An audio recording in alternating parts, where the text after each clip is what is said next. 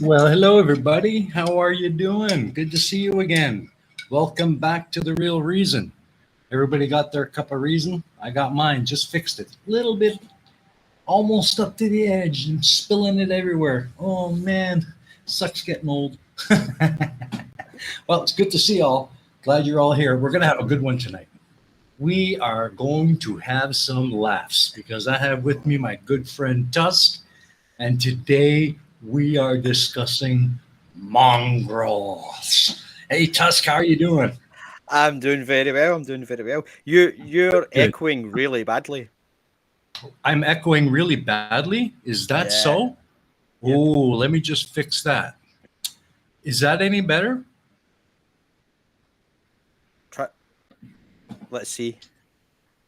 Hello, One, hello. two, three. Oh, that's even worse. That's yeah. Okay, well Ah! that should fix it. Does that fix it? I don't know. No. How's it going No. out there, guy? No. No. Oh, that's really weird. That is really weird. That I don't know why that happens, but every once in a while it rears its ugly head. Everybody in the chat can hear me fine, I hope. Just give me a thumbs up if it's all coming through okay. Hmm. Yeah, no echo. Good. Excellent. Thank you, Peter. Hello, Peter. Hello, hello. So let's see who we've got in the chat there, Tusk. We got all of our buddies are out there. Sable Eagle is here. Clive Wells is here, of course, with his damn baby bastard. And let's see, Ark is with us today. Eddie's in the chat. Carl Edwards is lurking. Um, No, that's Bexy we've is got with us. Excellent. Sir hey, Little Wolf, hello, hello. hey Yeah, Foxy. so yeah, it's going to be a fun one tonight, Tusk. I think you have some pretty strong opinions to share with us today. Yeah. Like I said, I'm going to unapologize in advance for what I'm going to Hmm. say today. And if you get upset by it, then fuck you. Frankly, I genuinely don't care. Yeah. Cool. Yeah. So the topic for today, everyone, is of course mongrels. Now, many of you Well, might be wondering. Sorry, many of you might be wondering what we mean when we say mongrels. A lot of you have a specific kind of image in your mind, I'm sure, of a rather scruffy looking beast, and it kind of looks a little bit like well, not this guy, but this guy. Oh, he's not showing. Well, come on, mongrel, show. Ah, well. Anyways, yeah. Let's. Damn, my gift didn't work. it did. Anyways, a It come little up ugly and then you took bastard. it down. But I do have another one here that I'm gonna put up, and this is probably what you have in mind. Him. There you go. Does that look to you like a mongrel, Tusk? Yeah, well, yes, but we have to agree first what we're going to, how to define mongrel. Well, you know what? I'm glad you mentioned that because that's exactly what I'm going to ask you to do for us. Please enlighten Oh, us okay. on the proper definition of a mongrel. Okay. Well, you're still echoing really badly for me. It's kind of difficult to listen to you, but I'll do my best. Really? Yeah. Okay. Well, the the dictionary definition, or I think it's like the Kennel Club, or I swear I can hear myself coming back a couple of seconds later. I'll do my best though. Yeah, the definition from dog breeders, kennel club, and whatever, or different dog breeder associations around the world is if there's three or more distinctive breeds um, present in a particular animal, and it's less than 4 generations old or 3 generations old, it's considered a mongrel. Mm-hmm. But now we have all these little fucking handbag designer dogs with stupid names, which are mongrels. Well, But yeah. but people say, "Oh, he's a purebred Labrador." No, fucking isn't, because a Labrador's a mongrel as well. It might go back like hundreds of years, but Hmm. it's a fucking mongrel. There's Well, no aren't such all thing as a dogs? pedigree or a pure breed. I mean, when it comes right down to it, all dogs really are mongrels. Well, yeah, we go back, what, 10,000, 12,000 years since we first captured and domesticated wolves, like Hmm. dingoes, African prairie dogs, or whatever happened to be like the dominant and indigenous canine species of whatever part of the world you were at. Yeah. And then, we bred them down. So we got like a prairie dog and a wolf. And then we took one of the pups from there who showed the characteristics that we needed. And then we bred them down. And, we met other people who had done the same. Yeah. And then, and so on and so on and so on. Until you end up with today, where you get a fucking Chikapoo. Chickapoo. Yeah. Exactly. And it's like, what the hell is that supposed to be? Whatever it is, it's not natural. No, it's just, it drives me insane. It really does. Because as I was talking to you before about this, we actually spoke about this a couple of weeks ago, just out of the blue for no particular reason. And I went on this huge fucking rant, right? Because, right, having grown up on farmland and everything, dogs for a lot of the time were used for hunting and Mm. or animal management, like sheepdogs, cattle dogs, gun dogs, hunting dogs, retrievers and the Mhm. like, spaniels. And occasionally, the dogs would get free or they'd just be kicked out in the morning and, they'd go out and do whatever dogs do. And then somebody would go around the neighborhood trying to find out whose dog had pumped their wee dog. And, it was months later where what was a working sheepdog or like a hunting dog now fucking spat out a litter of mutants, that were absolutely no good to man nor beast. You get them like a Rottweiler cross with a fucking Jack Russell, you know, and it's like, what are you going to do with these little things? And being farmers and country folk and of a probably a more pragmatic sensibility than city folk, they would just humanely and very quietly put them down Yeah. because you couldn't give them away. They couldn't work. They were going to be Hmm. riddled with health issues, and it wasn't fair on the things.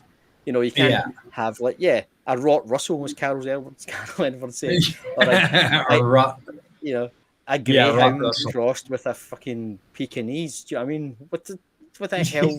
Who wants that? You know. Yeah, But exactly.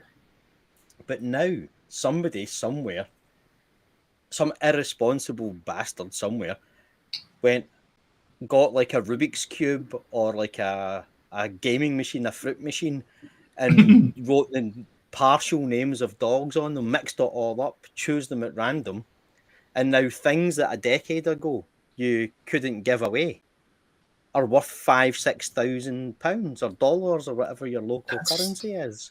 that's And all insane. and all you've done is breed cruelty into these dogs. Like little Archie, who was an experiment gone badly wrong. Yeah. The breeder crossed a corgi with a Rottweiler, thinking they were going to get a dog the size and shape of a Rottweiler, but with a corgi's colourings, which would have been stunning had it worked out that way. But what they Mm. got was a corgi with a Rottweiler's head. It looked like a hippopotamus crossed with a snake. It was a fucking stupid looking thing. Its head Oh was too God. heavy for its spine, so it couldn't lift its head up properly. It had tiny little feet and tiny little corgi body, but this gigantic head, so it would trip over its own feet onto its face all the time. And when it cocked its leg to go for a piss, it would overbalance fall onto its back and pee all over itself. And this poor wee thing would lie there pissing down itself, and it would have to be like righted. Somebody would have to come over and pick it back up, put it down on its four legs. It would take 2 steps and fucking fall over again because it's Oh, gigantic man. fucking head. Oh, So, oh my god. oh, that's cruel. So That it's cruel beyond belief, but everybody thought it was really cute. It's not cute. It's stupid. You know, it looked like something from the island of Dr. Moreau. You know, these fucking Yeah, genetic exactly. experiments done by some insane professor. You know, I don't want to like invoke Godwin's law so early in the stream, but these are genetic mutations that you'd expect to come out of, you know, Germany Yeah, in the kind of early 40s. Do you know what I mean? it's like, oh man. I mean, why would people want to do this? Money. And then, well, yeah, obviously. I mean, if there's idiots out there willing to spend $4,000 or $5,000 to buy one of these little mongrels, I mean, that's. Oh. And then they walk around with this sense of undue pride. Look at my beautiful Lasso Apsu Shih Tzu cross. Isn't he beautiful? Fuck you. He's a goddamn mongrel. He's not Yeah. natural. Yeah, what you're walking around, you might as well have a T-shirt on with saying, "I'm a fucking idiot." You know, Pretty much. what kind of dog is he? Oh, he's a Cavapoo. No, it fucking isn't. Yeah. There's no such thing as a Cavapoo. What's happened there is a fucking King Charles is shagged a fucking poodle. It's just a mutant. It's a mongrel. It's not a Cavapoo. If I can, let me a second. I'm going to put a link into the side chat here. Yeah, go of a for it. site, right? And this drives me mad, right? Because copy that, and anybody that wants to click this link can see what I'm saying.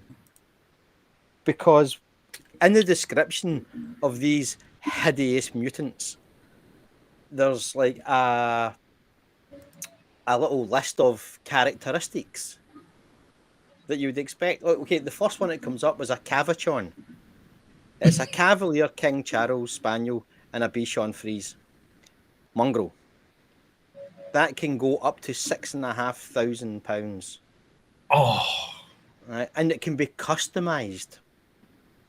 customized. You can have more Bichon Frise in it than Cavalier if you want, or you know, it's great for indoor living and doesn't require much exercise. Yes, because it's the size of a bag of sugar. You can't exercise the fucking thing. What are you going to do with it?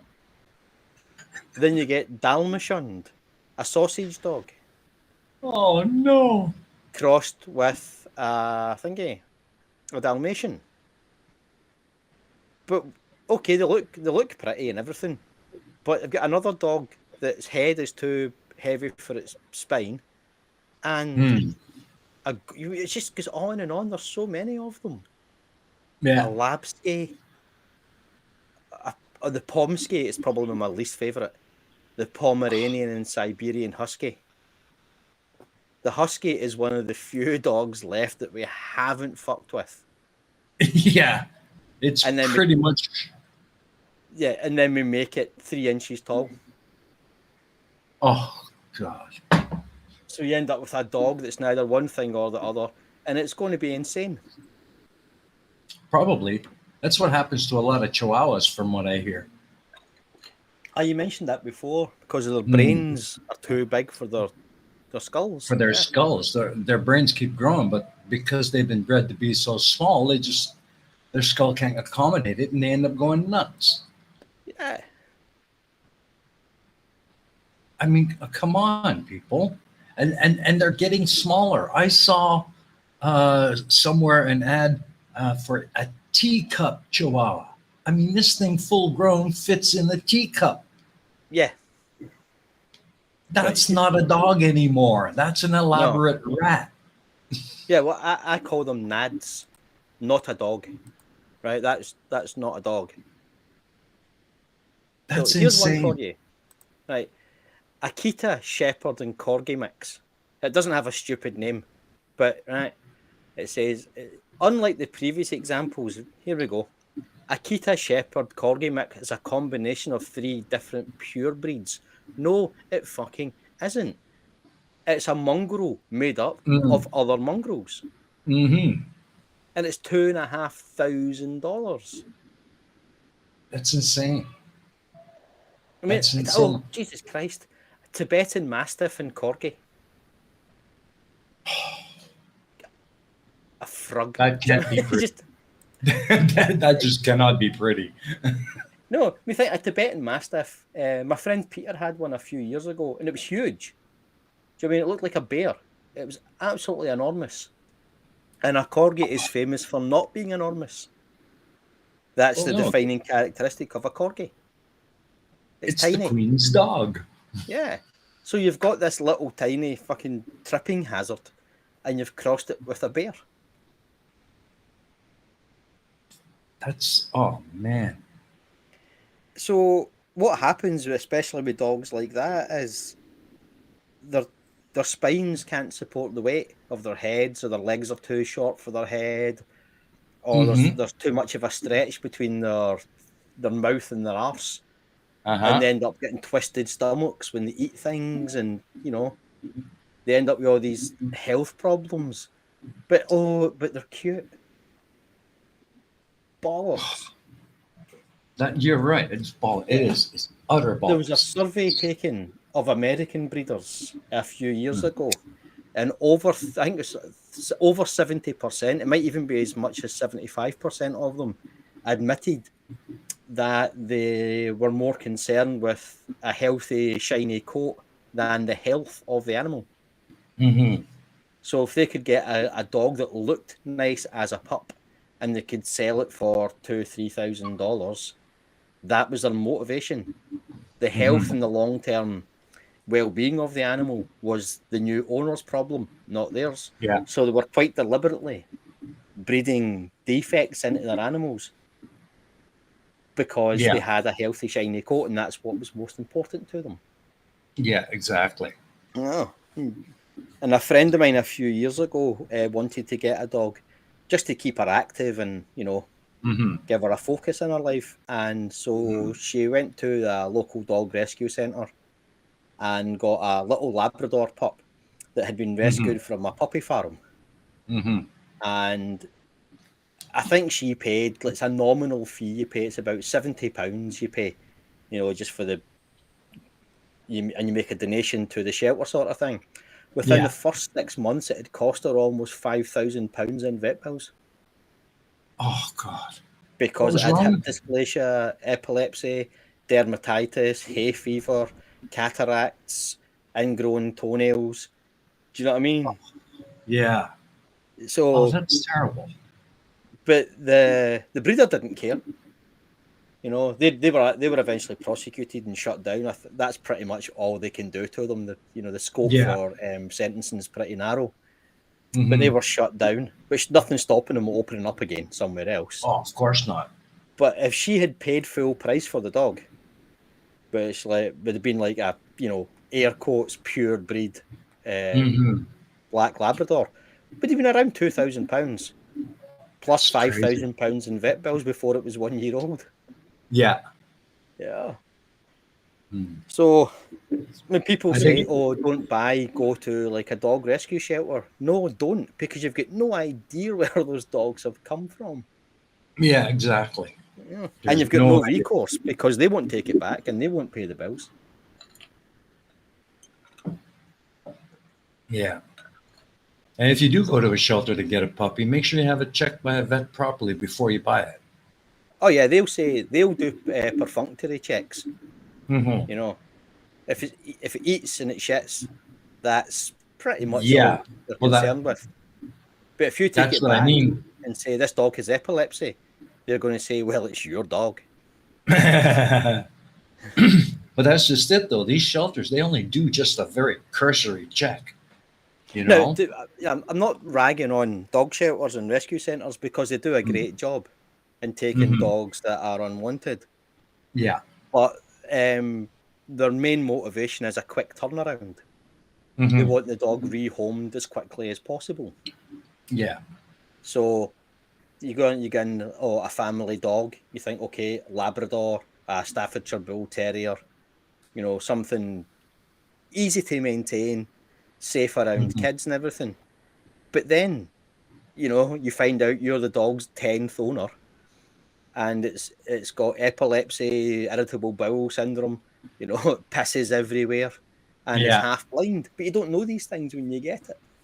Mhm. But it's got a cute name.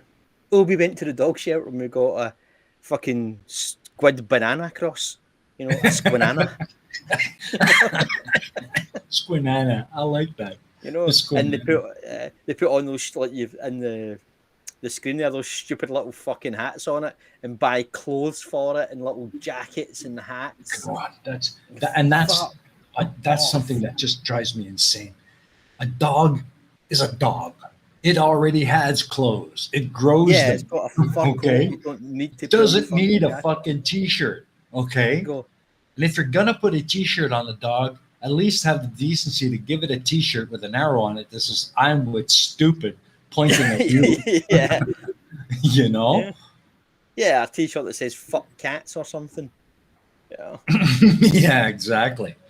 but you see it. You These know? people, they treat them like little humans, and they give it a human name, like Mhm. Archie or fucking something Eric. And they go, "Oh, he's just like a little human. He sits with me and has a cup of tea in the morning."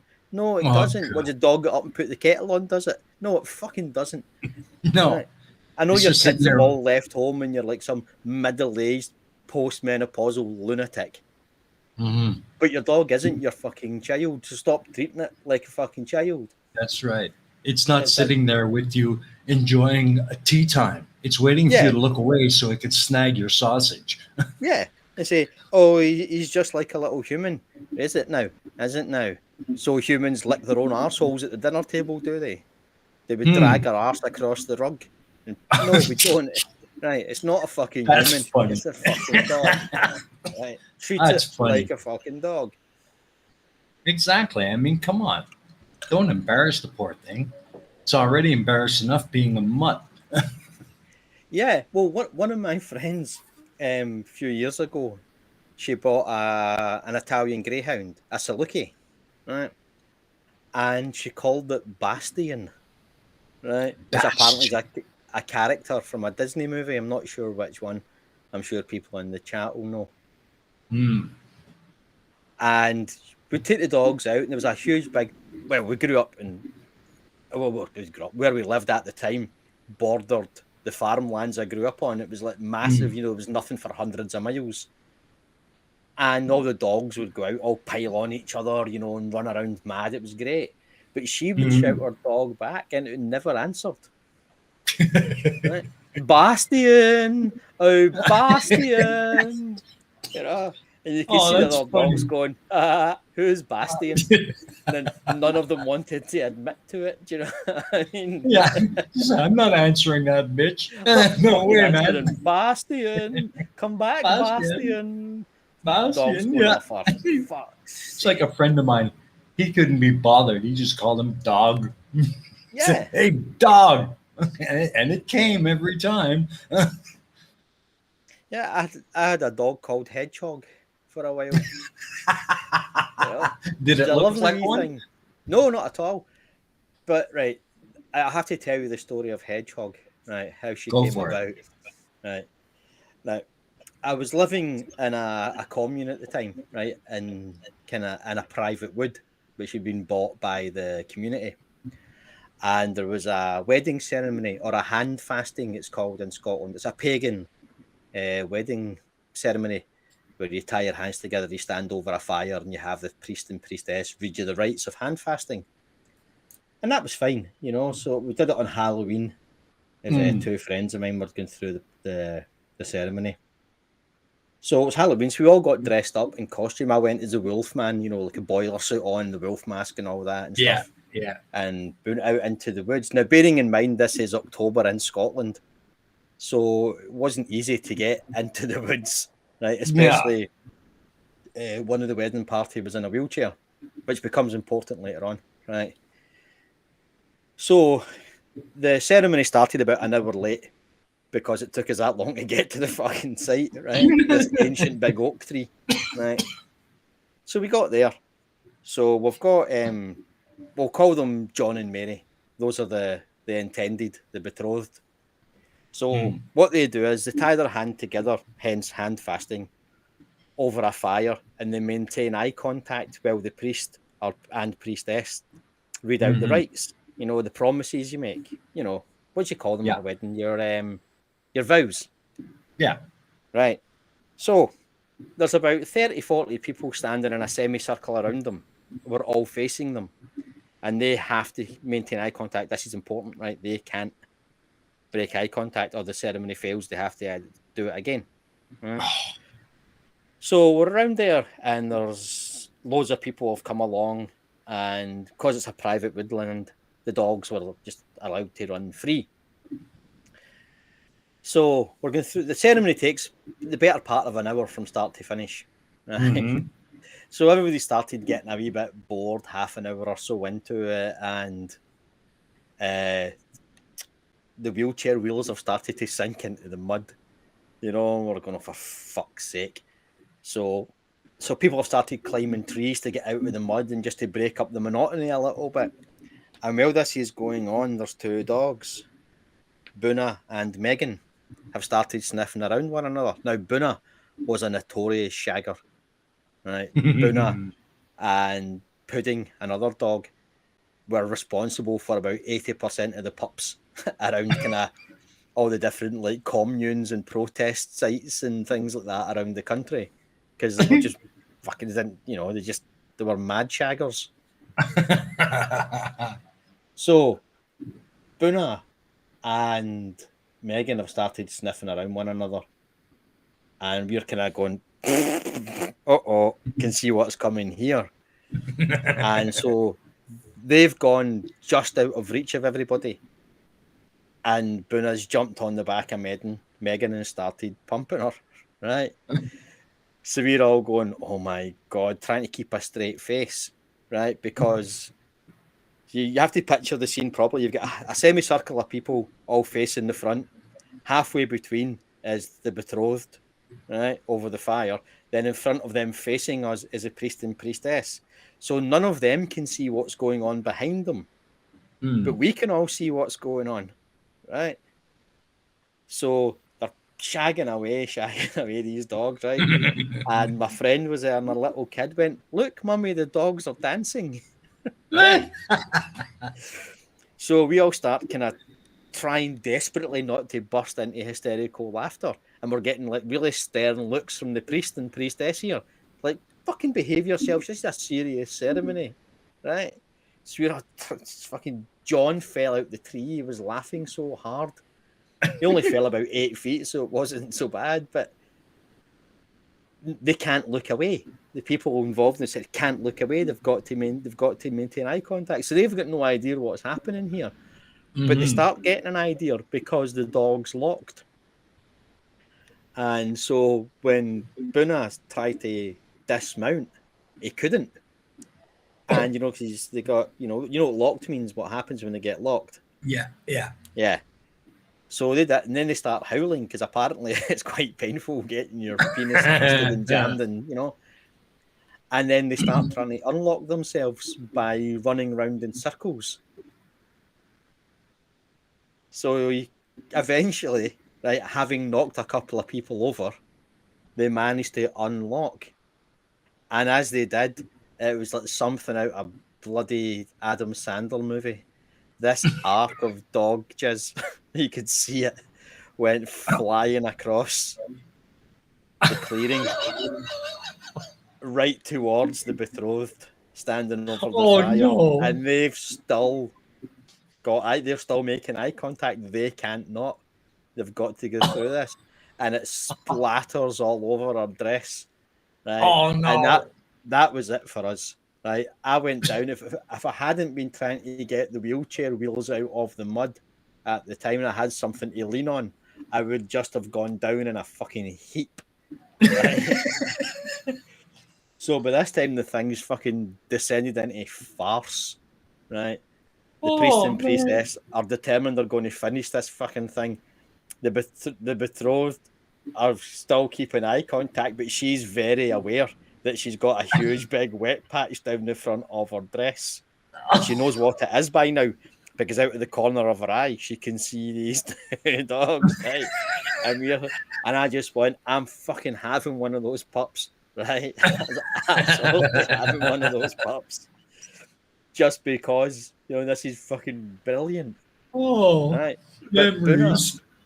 Buna was a husky and Megan was a French Mastiff. So there were Hmm. two huge big dogs, Yeah. And that wasn't my motivation at the time. I thought, oh, these are going to be amazing. I want one of these pups.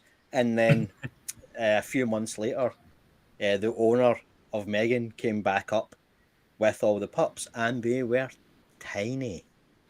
Like genuinely the tiniest little dogs. I went, Hmm. okay, small pups. She had a litter of 8 or 9, I think. That's Uh-huh. fine. They'll grow. But no, they didn't grow. They didn't. They didn't grow at all. When Hedgehog was a year old, or about a year and a half old, she'd stopped growing, really. She was about the size of, I'm trying to think, what would be equivalent? About a rabbit. Okay. That's Uh, small. Very, very small dog, or a hare maybe, rather than a rabbit. They weren't big dogs, Hmm. they were little kind of lap dogs. Mm-hmm. And I'm thinking, how the hell did that happen? How did you get a French Mastiff that was about fucking waist height and a Husky who was huge, and she's giving birth to these tiny little fucking things? Right. But the owner, we'll call him Stephen, right? It's not his name, but we'll Hmm. call him Stephen, was thinking, oh, I'm in here, I can sell these dogs for a lot of money because it's Mastiff and Husky cross. I'm going to call them Muskies or, or a Masky, whatever. No, he Hmm. had to give them away. He genuinely had to give them away.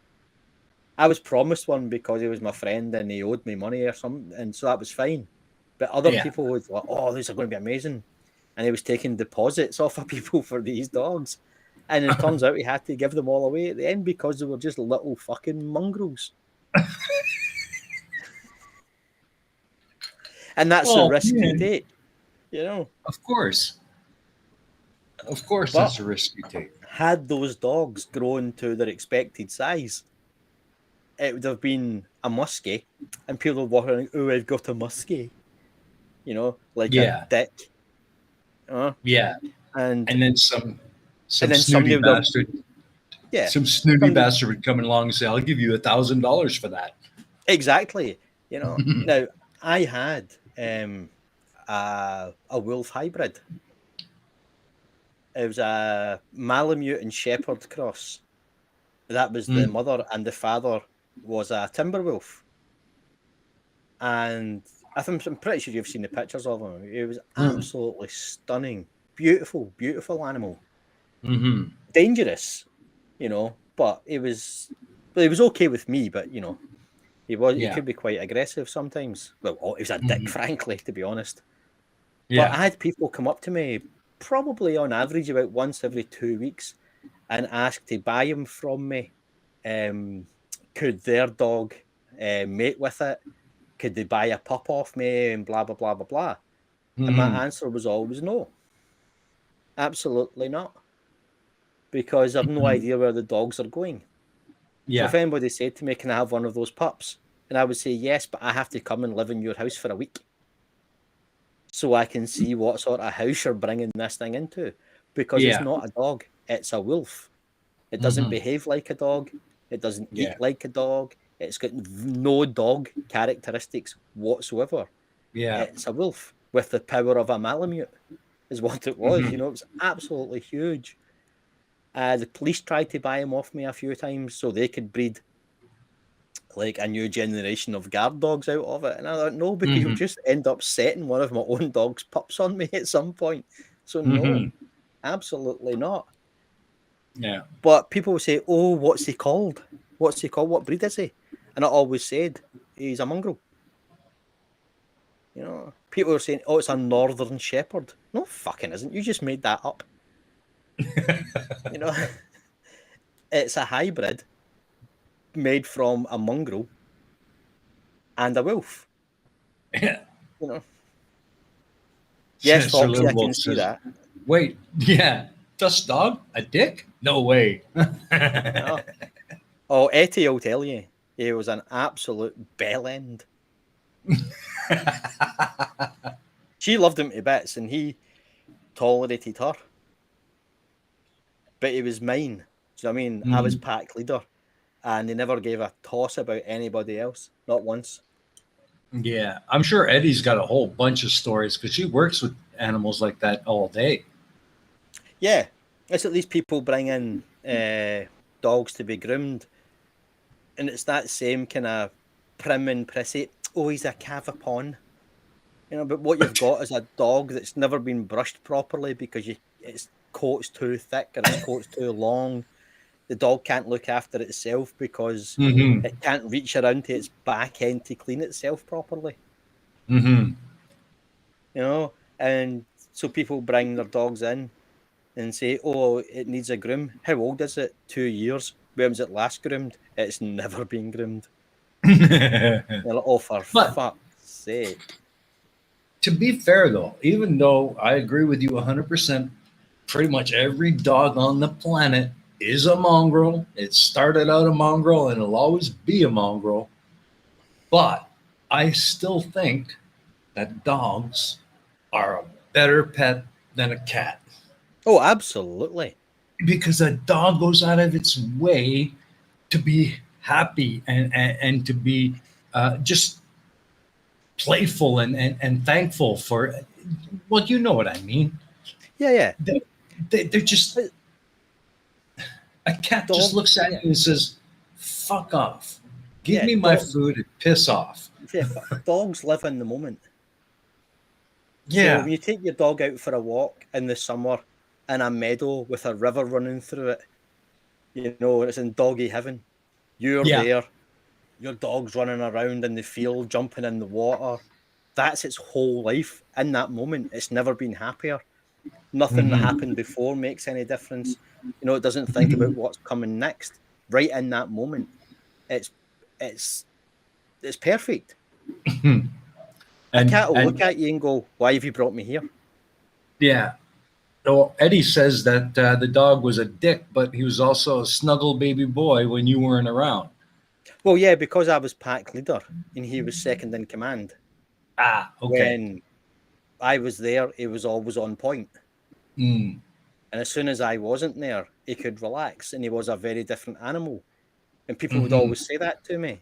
But I never Yeah. saw that because as soon as I was there, he was back to being second in command again.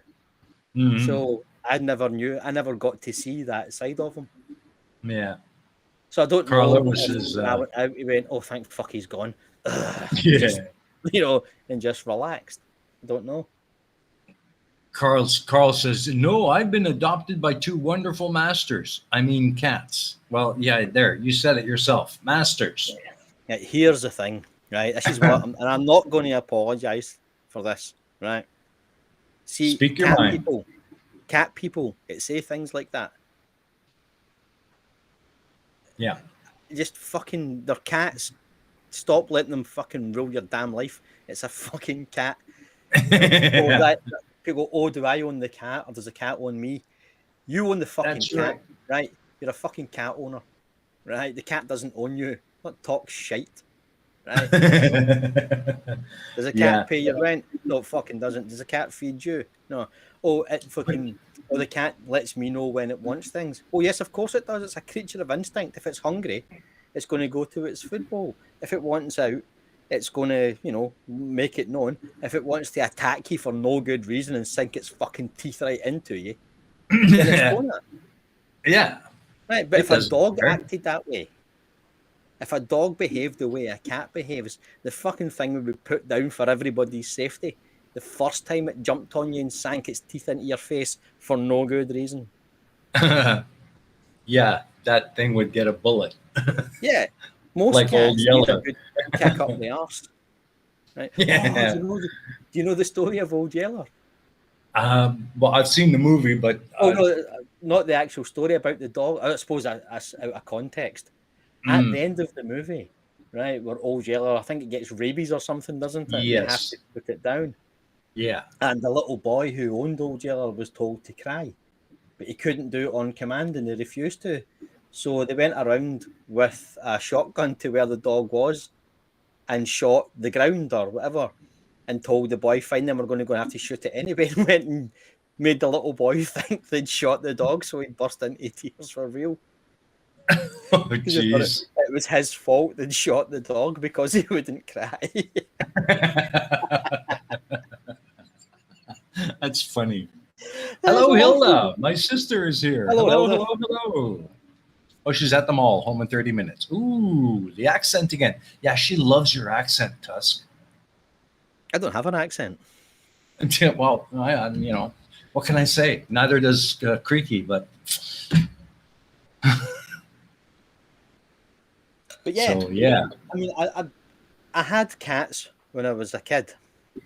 We never had a dog, but we had a cat, which turned out to be like a Scottish wildcat, and the thing was fucking insane. But you know, but I never once, I mean, get into all that. Oh, I'm a cat person stuff. My dad would walk around with t-shirts on, as it's just a grown man, no less, with a Reservoir Mogs t-shirt. You know, it's that famous picture from the cover of the Reservoir Dogs movie, but they had cat Yes, heads yes. on them. Fucking hell. Why Unreal. not just, you know, paint a fucking target on your back? Yeah. You know, and say, I'm a mark. Do you know what I mean? Take advantage of me. I'm the sort of idiot that walks around with a t-shirt that says Reservoir Mogs on it. Oh, That was my geez. dad. It was so embarrassing. I mean, I prefer he wore a fucking ABBA t-shirt, frankly. Now that's something I'd like to see. Yeah. No, it means But it's not often my dad's embarrassed me, but it's a few times, and that was one. that's something here in Asia that bugs me.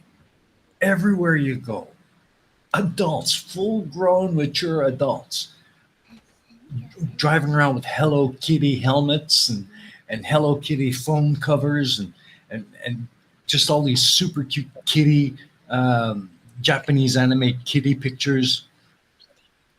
It's like, come on. You know, Hello Kitty's not a cat. Well, no, it's not. It's some kind of strange, like Doraemon. What It's the supposed to fuck be a is little that? girl. It's supposed to be, but it's always identified as a cat because it kind of looks like a cat. The creator of it has said several times that it's not a cat. It's just this little, it's supposed to be this kind of little teenage girl. Yeah. Hang on, Etty's trying to get my attention. I bet you Eddie's a Doraemon fan. The dog. Are you a Doraemon fan? Doraemon. She's no idea what that is, so no. No idea. Okay, well, it's a very popular comic here. It's a Japanese comic of a robot cat. Okay. Okay. I've never heard of that. Yeah, Doraemon. Yeah, I'm going I'll to have to. hang on. I have to. Yeah, Etty sent me a picture that I have to send you so you can put it on the screen. yeah. Thank you, Dan. Welcome to the club. Fuck cats, by the way. Dog man all the way. Absolutely. But that's. I don't. Let's Dislike make a slight correction to that, there, Dan. You're not a dog man. You're a mongrel man. Maybe a second, right? This is a picture of my hybrid. Maybe a second. Where am I? There we go. Now I want to make it clear Yes. that I don't dislike cats and I don't have anything against the dogs. Well, I do dislike cats because they're murderous little shits. Right? But you know, it's what we've done to them. You know, and say the cat has its mad half hour where it goes fucking crazy and tears the place up. You know, we've Yeah. bred that into them. That's not a survival instinct. It's not a survival technique.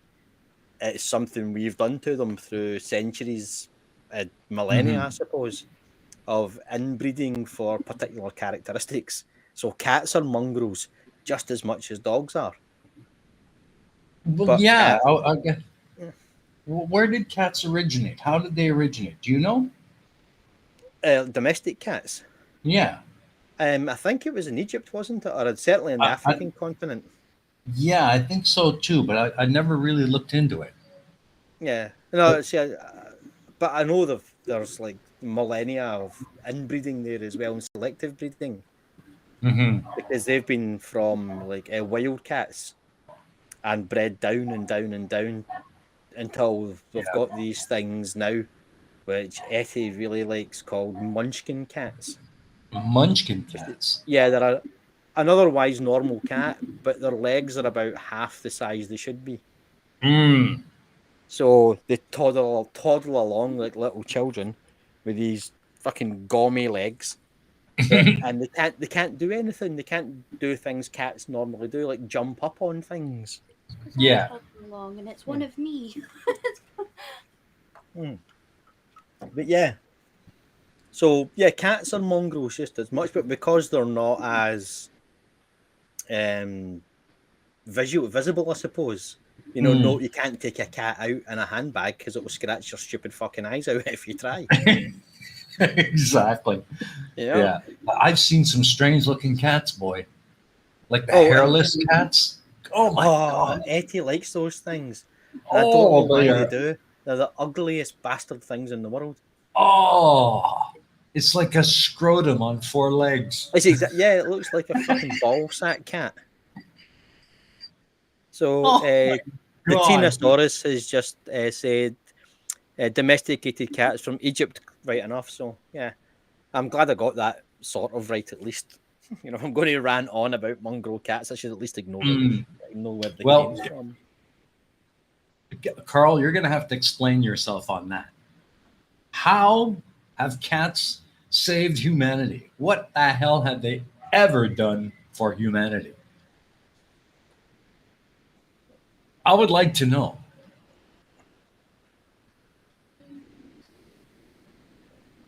Cats saved humanity. Carol, give your head a wobble, son. You've been told, Carl. You've been told. They kill vermin. They are vermin. Yeah, well, yeah. True story. In Scotland, I don't know if it's the wider UK, domesticated cats are technically classed as vermin. Really? Yep, they're an I did introduced not know that. species. They're an invasive species, and they're responsible for the deaths of millions upon millions of songbirds and rodents and otherwise innocent creatures every single year. Mm-hmm. Yeah. Okay. I don't know if I've still got it now. There was a link I had to a website. Where is it now? No, I think I've deleted it or I've just lost it. And it broke it down, like how many cats there are in a particular country, say the USA, for example, and they put the little cameras on them so they could see what they were doing. And within about a week, the average domesticated cat would kill maybe between 10 and 20 rodents and songbirds. And so if you extrapolate, you know, say there's 10 million cats killing 20 animals a week, you know, Yeah. you come out like hundreds of millions, billions probably, you know, and it's damn, you know. But I don't know. There is an island that's overrun by cats, Carol Edwards, and it's called the United Kingdom. There are so many cats in Scotland, England, and Wales. I'm not including Northern Ireland in that; it's its own country. Yeah, As if this wasn't controversial enough. It's like they've become domestic pests. Oh, they are. It's I think it was it Terry Pratchett that said if cats were frog shaped, we'd see what evil, vindictive, vicious little bastards they really are. Mm-hmm. But because they're cute and furry, they get away with it. But oh, it's just like, and people give them names like Mr. Willow Whiskers and fucking Chairman Meow. You know, Yeah. fuck off. Sabalila says we should take the Austrian approach. Any cat wanders into a nature reserve without being in a harness, on a leash, or accompanied by a human owner, it gets fucking shot. Yeah, a few countries do it. Israel does that as well. Do they? Yep, because they're a pest. And there's what do you call it? A problem with stray cats. Mm-hmm. So if there's stray cats there and they're a nuisance, they'll just shoot them. Mm-hmm. Now, and the people are going to go, "Oh, that's so cruel," Some countries eat cat, and I've eaten cat, and it's quite greasy. It's not very tasty, but I ate it just for the experience. But then you get people all up in arms about, "Oh, you killed the cats." Well, I didn't see you complaining about the cows or the pigs or the sheep or the fish, or whatever fucking else it is I happen to be eating. But because it's a cat and you've got a cat, and it's Mr. Flibbles, Dan Hetfield, fucking hell, Mr. Flibbles. Yeah. I mean, here in Vietnam, they eat dogs. Yeah, I mean, quite tasty. the dogs are either wild or they are bred for food, but still, they eat dog here. It's like any other animal. Yeah, it's just a good source of protein. Yeah. And because a dog can have 2 litters a year with like 10 pups a litter, it's as good as rabbit, Yeah. Exactly right. Exactly right. But it's a cultural thing. Unless you're used to seeing it, you take offense. Oh, you eat dog. Oh, you're a horrible person. Well, it's just like any other barbecue you can find along the street here in Vietnam. Yeah, it's like people complain, like the dolphins got caught in the tuna nets. What about the fucking tuna? Yeah, well, how the fuck. I don't hear anybody fucking starting up Save the Tuna campaigns. Yeah, exactly. Yeah. Well, but dolphins are smart and intelligent.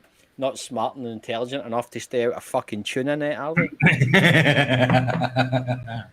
And you got to give credit to the fishermen. They do try and release them whenever possible, but often they're already dead by the time they haul them aboard.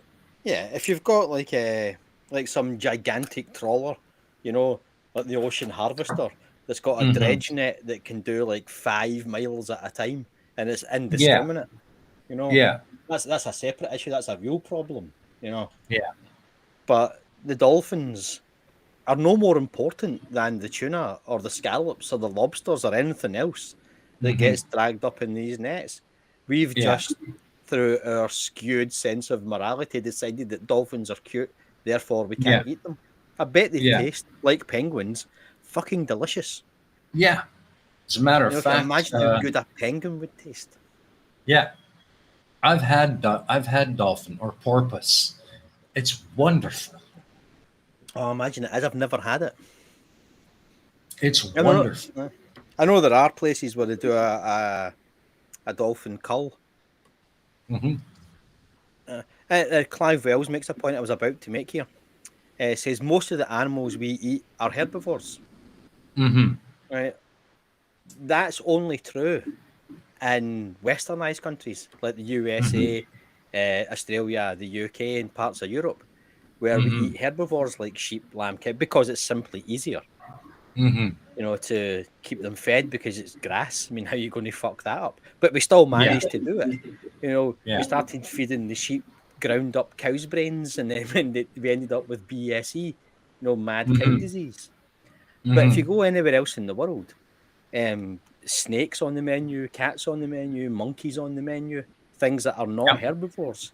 We just prefer those softer meats that have been bred to be fat and stupid. Like, too fat to run, too stupid to hide. That's westernized farming in a nutshell. Well, yeah. I mean, the most popular, most widely consumed meat on the planet is pork. Porks are omnivores. Yeah, yeah. Pigs will eat everything. They'll eat anything. Mhm. You And I know. think it's goat is up there too, because in a lot of the Mhm. African nations, goat is very popular. It's not so Mhm. popular here in the UK or Europe. Rabbit as well used to be really popular. Hmm. Well, but everything we have now is essentially a mongrel.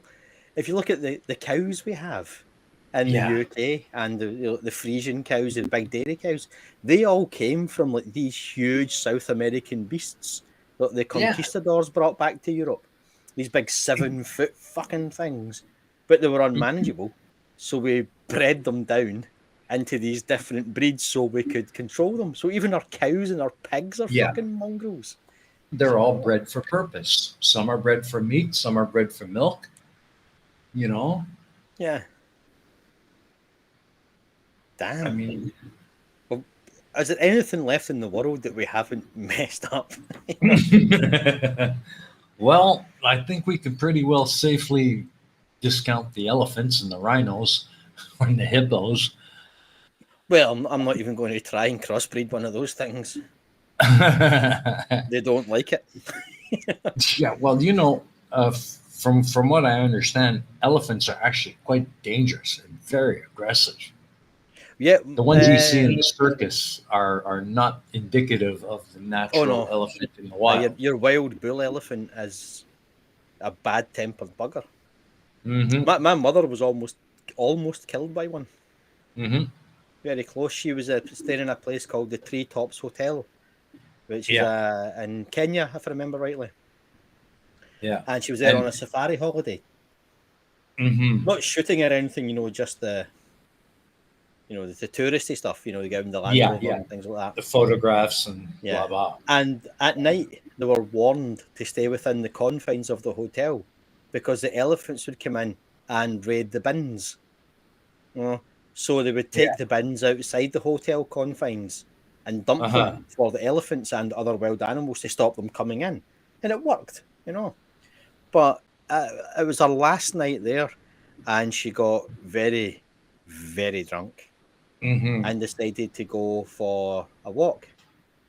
But Yeah. she's myopic, as real night Hmm. blindness there, and she Yeah. didn't have her spectacles with her, and she went for a walk and walked into an elephant.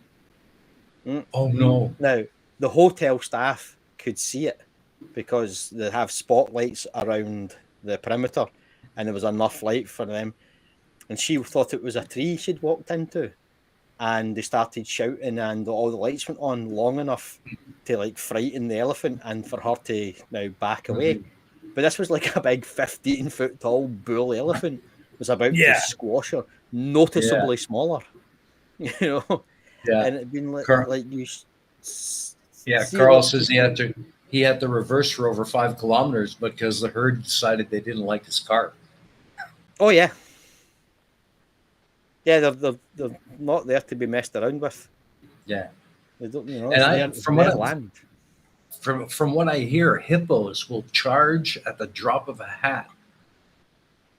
Well, hippos are the most dangerous animal, I think, isn't it? In the African Mm-hmm. continent, they're responsible for more deaths, other than like mosquitoes. Mm. They're responsible for most deaths per capita Mm-hmm. because they are very territorial and they're bad tempered buggers. Yeah. I remember when I was a kid reading a story. I think it was Alexander the Great and his attempts to encroach deeper into Africa and his wars of conquest and empire. And he was Mm-hmm. confronted with a herd of hundreds of armed rhinos that had been, not if not tamed, certainly trained enough to be part of the army. And Mm-hmm. something like, I can't remember exactly now, it's probably some percent of his army died of fright before they'd even fired an arrow because they were Mm. being charged down by a herd of armed rhinos. Now, if you've Oh. never seen a rhino before, you're in a Oh yeah. foreign country, and you're put to the front lines of an army, and suddenly there's hundreds of thousands of tons of steel rhino coming charging towards you. You know, That would Yeah. proper put the shits up you. Carl says, we had a hippo in Swaziland that was the sweetest animal imaginable. I think it depends on how they are treated. That animal is probably so used to being around people that it just wasn't worried about him anymore. No, but so just I want to clarify. When you say sweetest animal imaginable, is this temperament or flavour? Good question. Good question. But I guarantee you, if you catch a rhino in the wild and you're encroaching on his territory, you better hope you can run because those suckers are not All those slow. can. No. I remember I was chatting to somebody. He was I worked for the BBC for a little bit, and he was a wildlife cameraman. And Mhm. these were the two jobs everybody wanted: wildlife Uh-huh. cameraman on like a David Attenborough series, Yeah. or the cameraman for like Master Chef or a cookery program, because the camera crew get to eat everything at the end of the day. So that was the two Mhm. gigs everybody wanted. And they were out in Africa filming some wildlife program, and a hippo came out of the water, caught him by surprise, and picked him up by the leg, shook him around a few times, threw him about 20, 30 feet, and then lost interest in him. Oh, But he was left, he still got it. I suppose it will never heal up. He's got a hole in his calf that you can fit a beer bottle into, oh my where the lord. hippo got him. This huge big plug it took out of him. And Oh, it's like 4 inches, 5 inches in.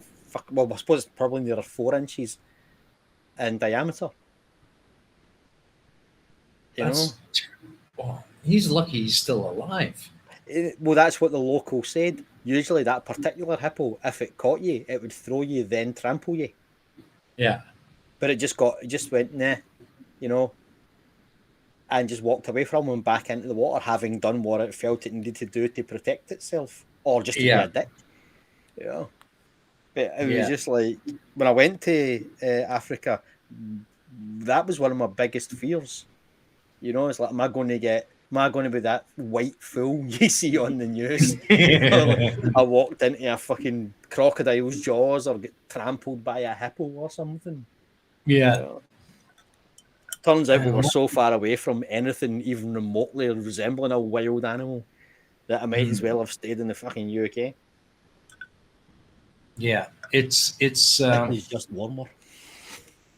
It's amazing though how ignorant most people are of the dangers of wild animals. They see an Well, animal like it's so cute, so beautiful, they want to go and hug it and pet it.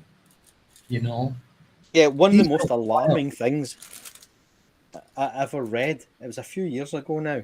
It was one of the big national parks in America. I think it was Yellowstone or one of them anyway, where there was a bear had come down to the picnic table where there was a kind of popular picnic area, Mhm. and a bear had come down, and the mother of this young family had put honey on her child's face and had him stand against the fence because she wanted to get a picture of the bear licking honey off him. Oh, It's like, no, the bear will kill him and eat him. You know, it was just like, this isn't a that's cartoon. The bear that's isn't. The bear's a carnivore. Do you know what I mean? It's like they eat other bears. You know, that's they got to eat be the humans. daftest idea I've ever heard. Well, luckily there was a ranger nearby who fired the gun into the air, scared the bear away, rescued the child, and gave the mother a proper telling off, like, you stupid bastard. Have you an idea what you have you an idea what you just did? You know what I mean? Yeah. The bear isn't a cuddly little teddy. It's a huge wild animal with teeth like fucking, Yeah. iron spikes. Oh, It's just it's city amazing. folk that don't know. And these are the same people that buy cockapoos to get back to Mhm. the, Yeah. Exactly. they think the animal's cute and furry, but they've got no idea they don't know anything about animals, especially animal psychology. I got Yeah. this all the time when I was out with Moshe. People were like, oh, you see these people walking around with like those really awful fucking wolf prints on the t-shirts and the fleece jackets with this majestic wolf howling against the moon in the forest and blah, blah, blah, blah, blah. Oh, I would love a wolf. Really? Try it. You try owning a fucking wolf and then we'll see. You know, they're an absolute nightmare. Yeah.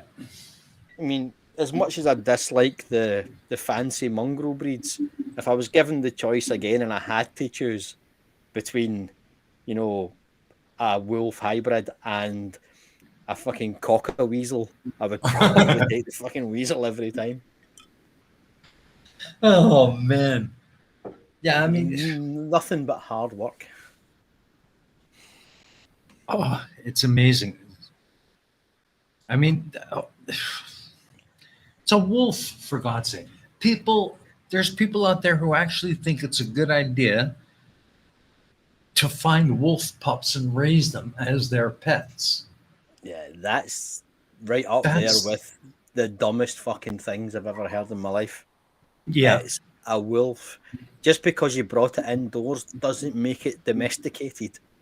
Yeah, exactly. It might be used to you and it won't kill you, probably. Yeah, exactly. But the problem it's like those people they bring home a little kitten and it grows up to be a freaking leopard. Yeah, well, that's kind of what happened with us when I was a kid. The paper boy chapped the door one night. I was only a little boy, you know, probably only 5 or 6 or something, maybe. And he'd found a little kitten which had almost been run over, which was quite rare because there were very few cars around. And it was frightened. So he picked it up, he rescued it. And then there was 4 kids in my family. So he thought, oh, they'll like it, you know. So he came up and chapped the door and he said, look, I found this little kitten out in the road. Would you look after it? So my dad took it in and said, right, okay, that's it. We'll keep it for tonight, but tomorrow we'll go and find out who the owner is and give it back.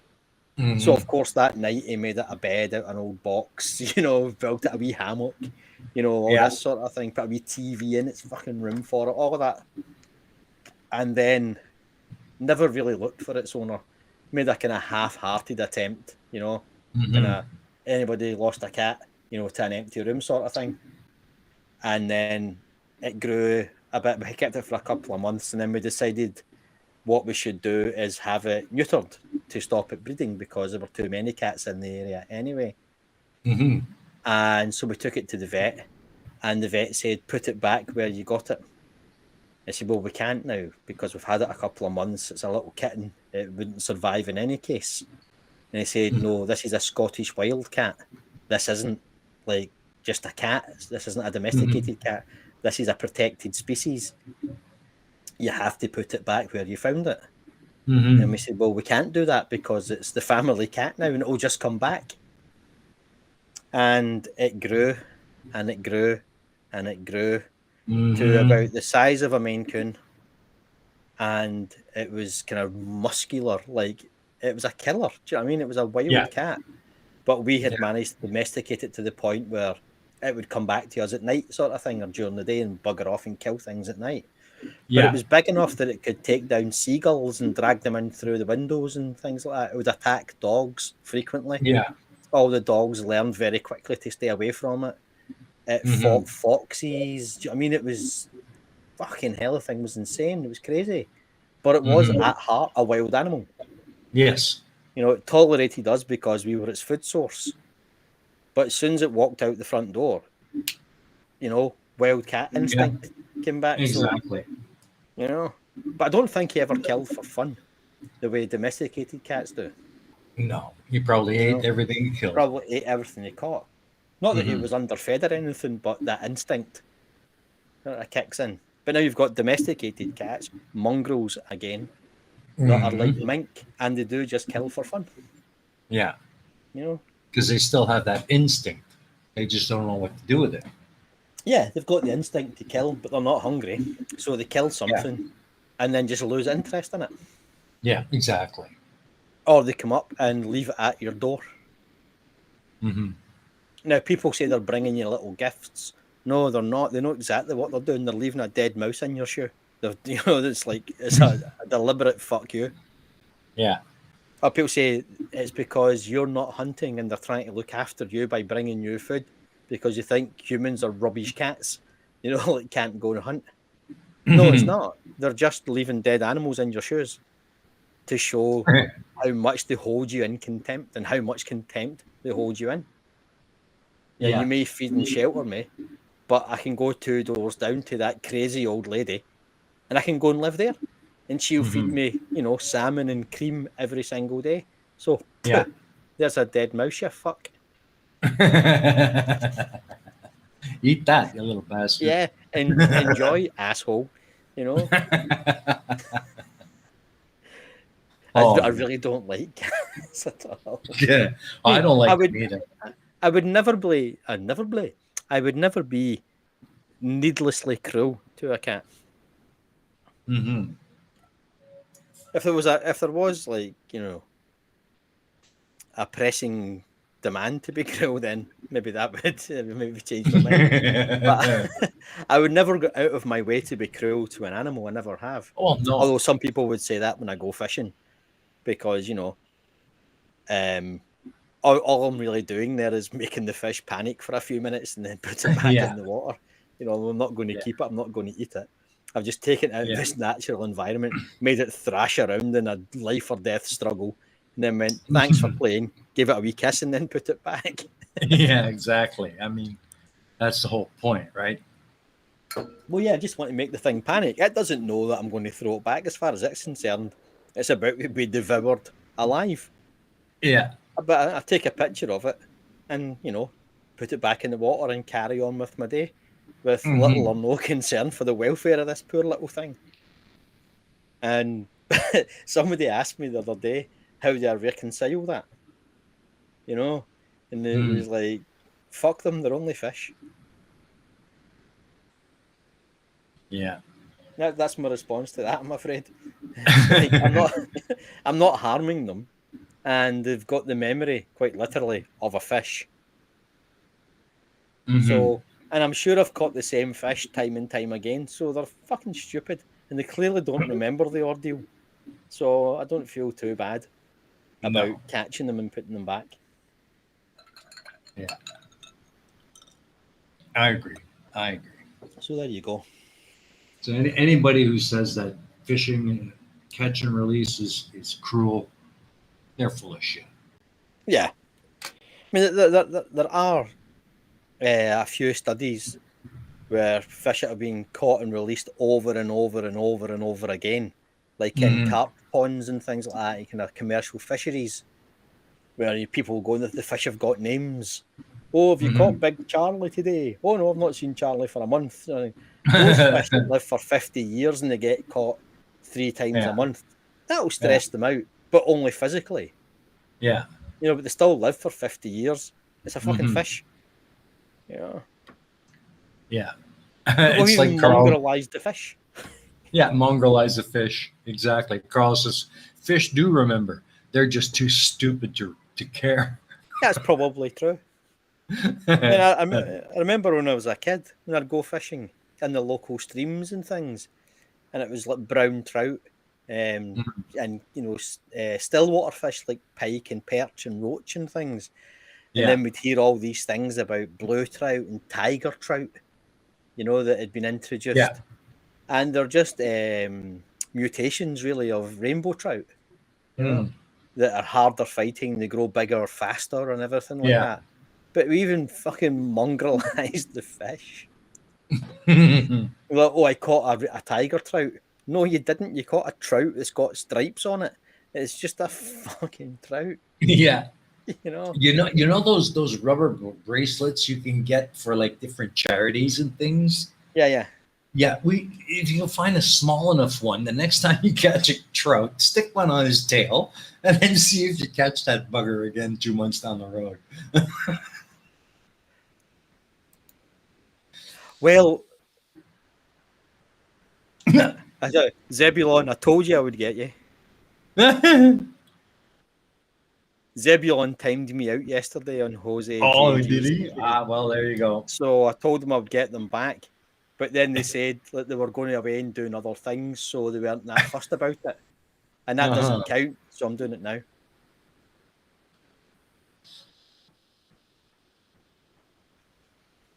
So I told Sable you I'll have says my revenge. he thinks it's a barracuda that has a reputation for getting pissed off and jumping into the boat to bite the angler. Well, I've caught barracuda from the shore around the Canary Islands, and they're fucking fierce. Like, like you're not prepared for it. You think, oh, I've been pike fishing and things like that. I can handle a barracuda. Mhm. Barracuda will look you right in the eye and then bite you. You know, Ugh. they're really aggressive. Yeah. I've been fishing with a friend of mine years ago, and we caught a perch, and it wasn't catch and release. We were allowed to keep it, so he decided, well, we're going to keep it and cook it up. I didn't like it. I thought that it was far too greasy. Yes, still water fish tend to be quite muddy, Mm-hmm. like carp and perch and pike. We don't eat them in the UK. The law in the UK is that they all have to go back. All coarse fish, as those are called, like roach, chub, tench, all that has to go back. Mm-hmm. But you can eat migratory fish like salmon, sea trout, Mm-hmm. brown trout in some places. But yeah, things like that. There's no real culture here of eating them. Even Mm-hmm. eels used to be really popular in London and around the estuaries down south, Mm-hmm. but that's kind of fallen away as well because people realise what eels eat. Yeah. Yeah. But someone's Christian asking what other areas of life could catch and release be applied on or applied to, I'm guessing. Yeah. I don't know. I suppose I don't think there's any other area of like hunting we could practice catch and release because once you've shot something, it stays shot. Yeah. Pretty much. It's like you can't shoot a deer through the brains and then set it on its way. You know, it doesn't really work that way. Yeah. Even if you shoot it in the butt and you let it go, it's going to die Yes. anyway because you just ruin its ability to get around. Yeah. All you've done is weaken it. Mm-hmm. But yeah, other than, fishing, there's no other way unless you try and humanely trap something. But then Yeah. why bother if you're going to trap Yeah. it? Fucking kill Sable it and eat says. it, Sable says I've known a few men who took that approach to marriage. Yeah, catch and release. Well, that's the game, isn't it? That's what they call it. Don't hate the player, hate the game. That sort of fucking rubbish people talk. Where My sister says bars. I'd love to throw some guys back. Yeah, there's a few. Man. Unfortunately, men, especially kind of westernized men, we never ever have to grow up or take responsibility for anything we do. Mm. And we're kind of dicks a lot of the time because the world is run by white men for the privilege of other white men. So we can just act like absolute assholes our entire lives. I mean, get rewarded for it and congratulated. It's kind of true, though, isn't it? Yeah. Well, hang on a second. I'm just having to adjust my headphones. There's a friend of mine, or it's a friend of a friend, who occasionally does very stupid things that people think are heroic and adventurous. Like round the world solo flights and round the world solo sailing and all that sort of nonsense, right? Mm-hmm. And it's like, is your life that boring that you have to put it in danger every so often for the adulation of strangers? Do you know what I mean? Yeah. It's like there's no benefit to this at all, none whatsoever. The world's been sailed, it's been flown around. The North Pole's been traversed. There's no need for you to do this. But he makes like a big deal about it, and I'm going to go and the first man to ever fucking snorkel, the Marianas Trench with a fucking, you know what I mean? Shit like that. Yeah. And people go, oh, that's amazing, that's amazing. No, it isn't. It's fucking pointless and stupid. Mm-hmm. I think this GIF you sent me, this meme, perfectly illustrates the point of what we have done to dogs. Yeah, how did we get from A to B? Yeah. It's can you show the picture I sent you in Discord? Let me just open that up and I'll get that out. Absolutely. Let me see. Oh, with the flower? Yeah, that's Okay. Let me just get that, and I'll get that up in just a second. And I'm gonna just stick it here quickly. That's what she said. That's sorry, I couldn't resist that. Smart ass. Okay, all right. Let me just this down. I'll put up the new one. It's funny, guys. It's funny. You'll like it. Let's see. Where was it? Okay.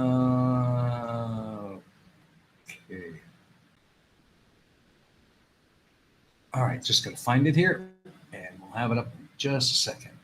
This is great TV, isn't it? It is. Here's some music while you wait. Baby dog. Dude. What the hell? Where did it go?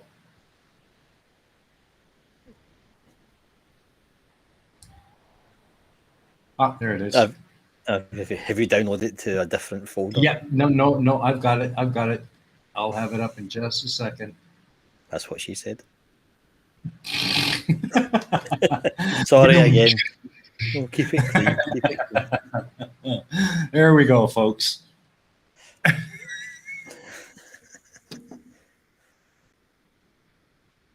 That's kind of weird.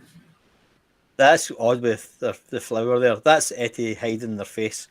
But you can see there, that's still recognisably a wolf. Right. Yeah. That's the dog you were telling us about earlier, right? Yeah. It was huge. Do you know what I mean? You can see, well, you can't really see Etty's face, but you get an idea of just how big he was. Mm-hmm. That is big, man. Yeah. But when you look at him, you look at his ears, his snout and everything, his eyes, that's still recognisably a real dog. Do you know what I mean? Like or a wolf. It's not some ghastly little fucking peekapoo that lives in a handbag and gets fed sugar lumps all damn day. Yeah. So it just kind of looks like it just looks at you and says, "Go ahead, I'll rip your fucking throat out." Well, he was never aggressive except once. I was in over at visiting Etty's dad, and we were in the kitchen, and we're just having a laugh, messing around, and Moshe there was sitting under the table with some difficulty, but he fitted under the table just about. And somebody picked up a tea towel to flick me with it.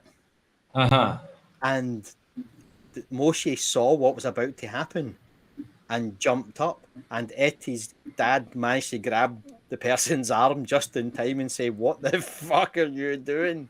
You're about to attack that. You're about to attack that wolf's owner in front of him. What the fuck? He'll tear me to pieces, And it was just that realization come over, and she went, "Oh, I never even thought of that." And it was like you were about to attack the pack leader. That could have gone very, very badly for you. I think that's an understatement. Yeah, I mean, when he was on his back legs, he could put his front paws on your shoulders and take food out of your mouth. There, You you know, he can see him was better there. absolutely enormous. That is one big dog. Mm. How Yeah, many? How much did he weigh in? I think he weighed about. Let me think now. In pounds, I think he was about 110, maybe 115 at his biggest. So it's Oh about my! 8.5, 9 stone he weighed Oh when he was. man! That's when he was at his biggest. He didn't live very long. He was 8 when he passed. Mm-hmm. Because that's kind of average for a kind of wolf in the wild, about 8 years, slightly longer in captivity. Yeah. But Did he have the characteristic bigger paws? his paws were enormous. He had like the paws of the Malamute. Hmm. So he had like big, snow pads. Yeah. They were probably about the size of your hand spread out, Mm-hmm. Mm-hmm. you know. Yeah. So he was absolutely huge. And I say people would come up and go, "Oh, it's a magnificent animal," and blah blah blah. And I say, no, he's still just a mongrel. I'm not going to Yeah. romanticize him and give him like these kind of like heroic character. It was a wolf, it's this incredible animal. It's a mongrel. Mm-hmm. It's just a mongrel. He was a Yeah. beautiful animal, but he was just a crossbreed. Yeah. And that let's be clear. I mean, yes, we're talking about dogs being mongrels. Let's face it, every dog there is a mongrel. That doesn't mean that they aren't beautiful animals and Well, worthy yeah. animals as pets. Oh, But absolutely. there are some mongrels that cross the line into the territory of human cruelty to dogs. Yeah. Well, I'm guessing you've heard of the BBC, the British Mhm. Broadcasting Corporation, Yes, right? yes. And Crufts, the kind of international dog show where breeders would Mhm. come and show their animals and win prizes because we're Yeah, stupid that way. We need validation, apparently. yeah. But Crufts, it's actually just Carol popped up there as I was saying that. Bulldogs is why the BBC, at least partly, stopped showing Crufts. Hmm. It's now gone to another channel, a commercial channel, Hmm. because we were breeding cruelty Yeah, into things like bulldogs who can't breathe properly. We've bred a dog that can't breathe. What yeah. the fuck have we done? You Exactly. know? And little pugs who they have to get their eyes taken out when they get to a certain age because They'll pop it's out painful otherwise. for them. Yeah, they'll Yeah. pop. Yeah. And like chihuahuas who are vicious little buggers Hmm. because they've constantly got pressure on their brain. Yeah. Yeah. So Crufts has had to change its rules for certain breeds, but Hmm. it's far too late. It's far too late for that.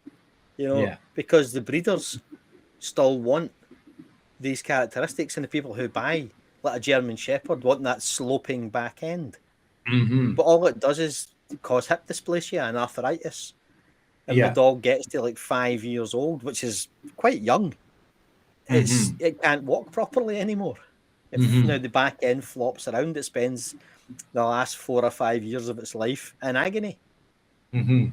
So, but you still see people going to Crufts with these little fucking pampered bags of fucking jelly on legs with their Hmm. stupid flat faces and their little pointy ears. And like your ears and your eyes are important for survival. They're not cosmetic, but we've essentially made these animals to look pretty with no regard for how it feels for them because they can't say to us, look, mate, this is quite painful. My Yeah. sinuses are only a quarter of the length they're supposed to be. And one of Hmm. them goes straight into my eye, Yeah. so every time I breathe, it's agony. Hmm. So we go, oh, look at me, so pretty. And the wee things sit there going, please kill me. Please kill Yeah. me. Yeah. You know? And let's face it, doing that to a dog is probably the worst thing you can do because its nose is probably its one way of being able to identify the world around it. Yeah, the nose is the business end of a dog. Exactly. It's like You so robbed it of that. sensitive, and it's like an incredible piece of equipment. And what do? We make it useless, so it looks like a little button on a teddy bear. Yeah. I mean, it's just cruel. There's just something not right about it. No, it's awful, and it's like I don't like some dog breeds. I just don't like Jack Russells. I don't like Chihuahuas. I don't like little yapper dogs. Yeah. You know, but they don't know they're that size. They think they're still fucking wolves. They've got no idea they're 3 inches tall. You know? But it's the breeders who've got that sort of undeserved smug superiority about them when they tell you Yeah. about their fucking lava capachu. Lava Capitu. I'll guarantee you can make up any fucking word you like from Yeah. the dog breeds. Choose any 3 or 4 dog breeds, and somebody somewhere has tried it, or they're about to try it. Yeah. You know? I like and if my it coffee. fails, So yeah. I'd And if it probably fails, yeah, go there's ahead. no repercussions for the breeder. None. You know, None if whatsoever. they breed a dog that fails because it comes out just fucking messed up or whatever, you know, crippled or whatever, they just go, oh well, never mind, wipe the slate and start again. Exactly So- right. And that angers me.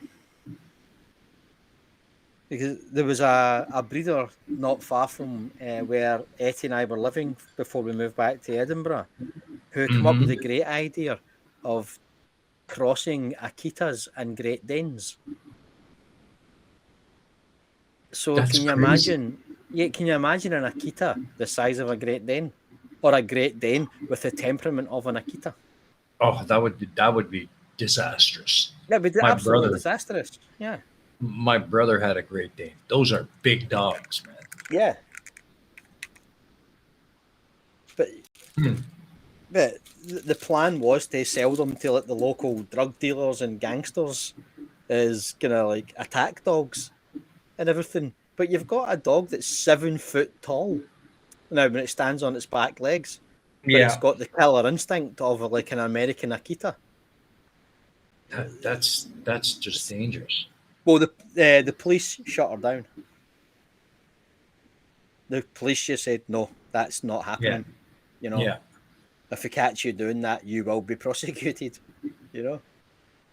But Yeah. if someone hadn't like told the cops what they were doing, there was nothing to stop them doing it. And this is what if you go on. Don't these breeders? I don't think they have a clue as to what they're doing. You should. It should be common sense to know that this dog has a really vicious temperament, and this dog is the size of a friggin' truck. Yeah. Don't mix them together. You're asking for trouble, and yet they do it. They do it because if say the first litter is 5 pups, and you can sell those pups for £2,000, £3,000 each. Yeah, That's a lot of money. that is a lot of money. So this is the motivation. And then this is the last thing I'm going to rant about for now at least, right? It's the Kennel Club, right? Now, Yeah, the Kennel Club is responsible for a lot of this shit, right?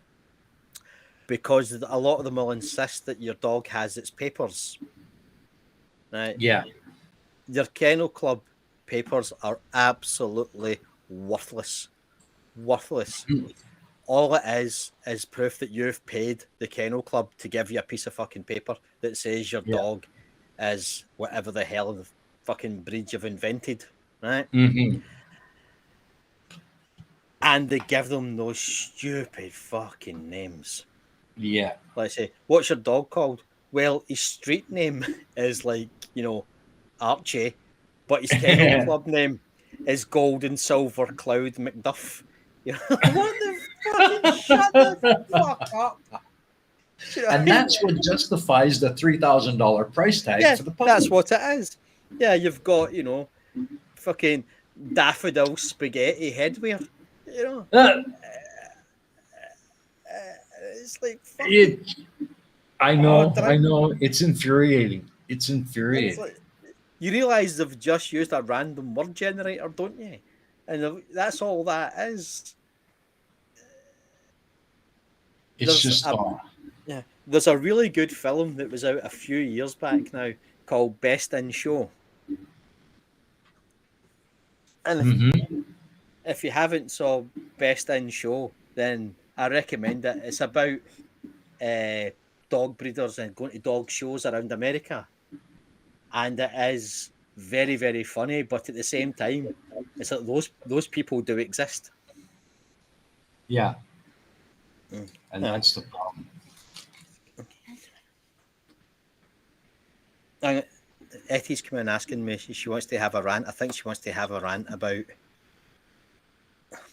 They want to have a rant about dog breeders not looking after their animals properly. Sure. So I'll pass you on. Just before you go on, there's a echo in the headphones. You're going to hear yourself back. There's nothing we can do about Okay. it. Yeah, I don't know what's causing that, dear. I'm trying to Okay. narrow it down. Here's Etty. Cool. Hello there. Hello.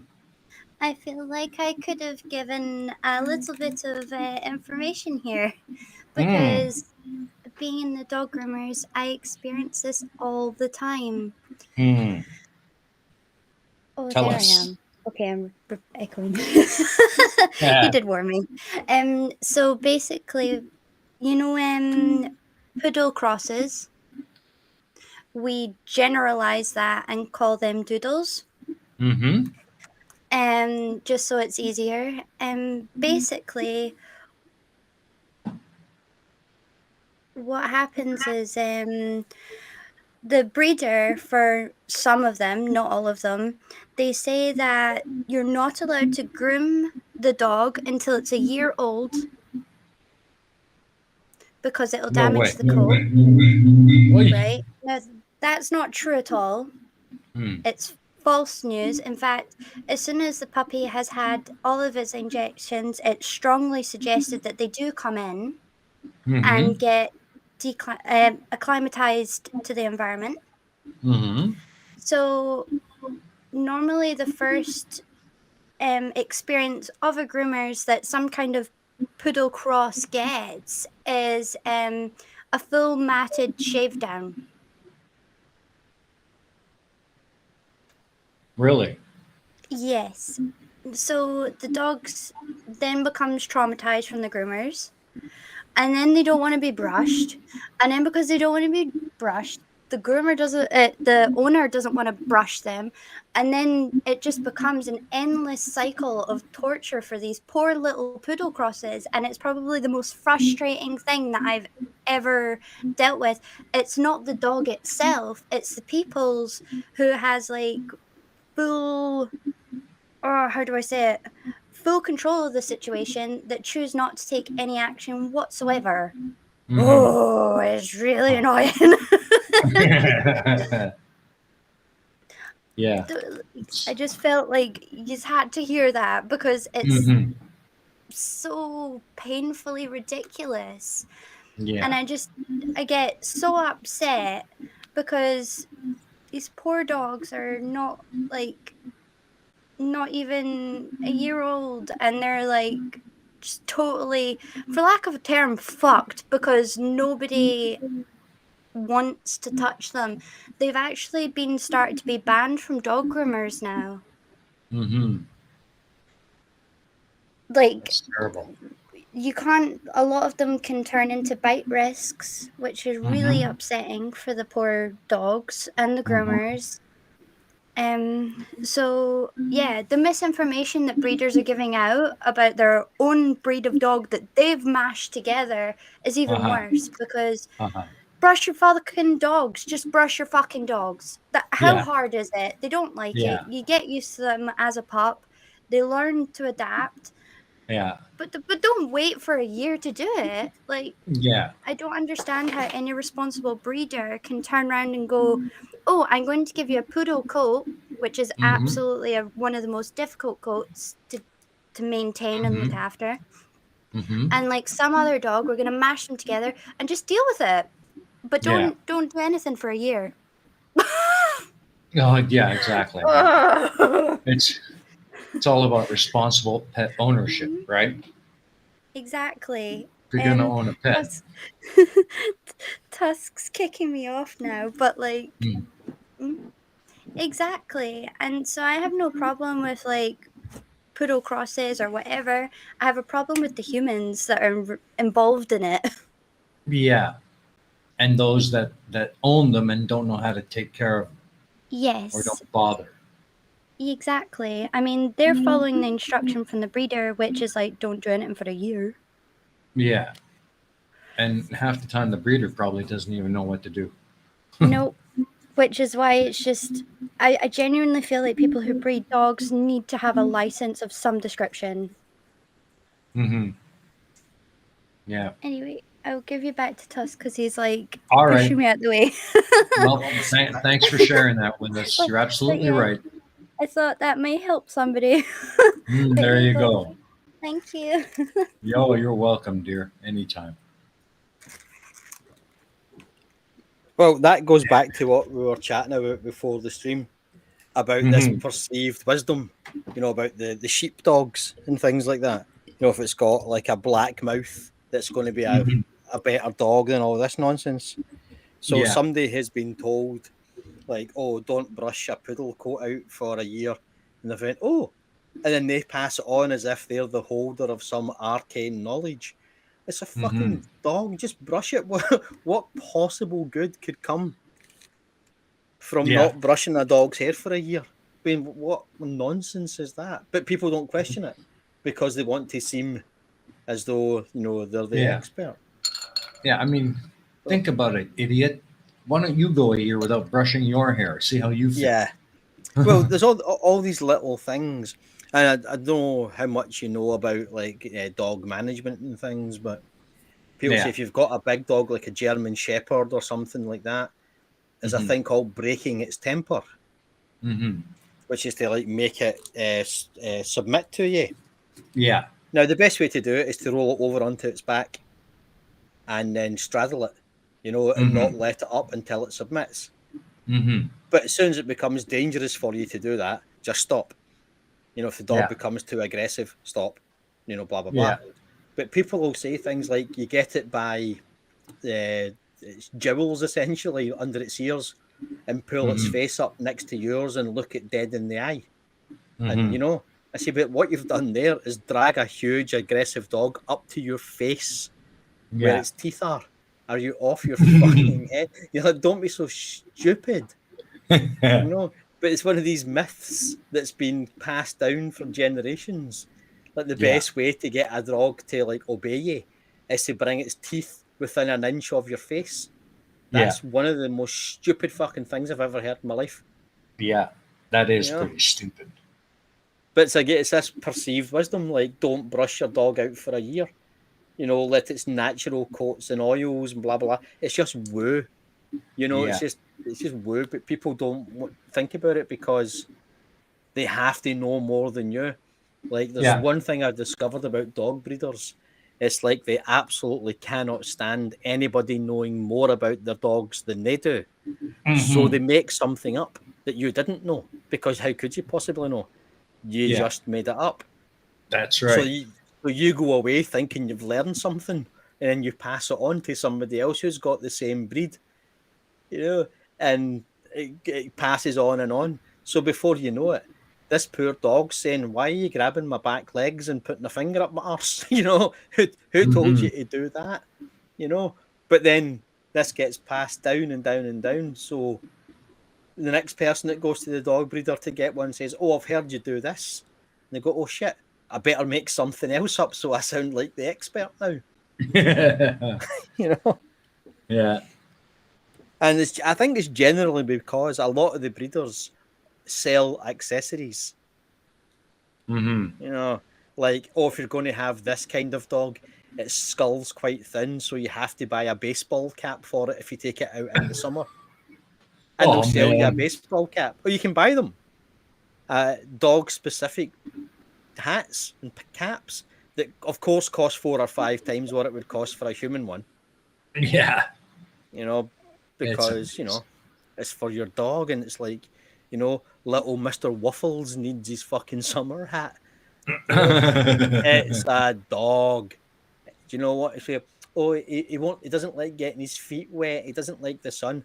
I'll guarantee you put that dog next to a big pile of cow shit, it's going to roll around in it, eat it, Yeah. Spread it everywhere because it's a fucking dog.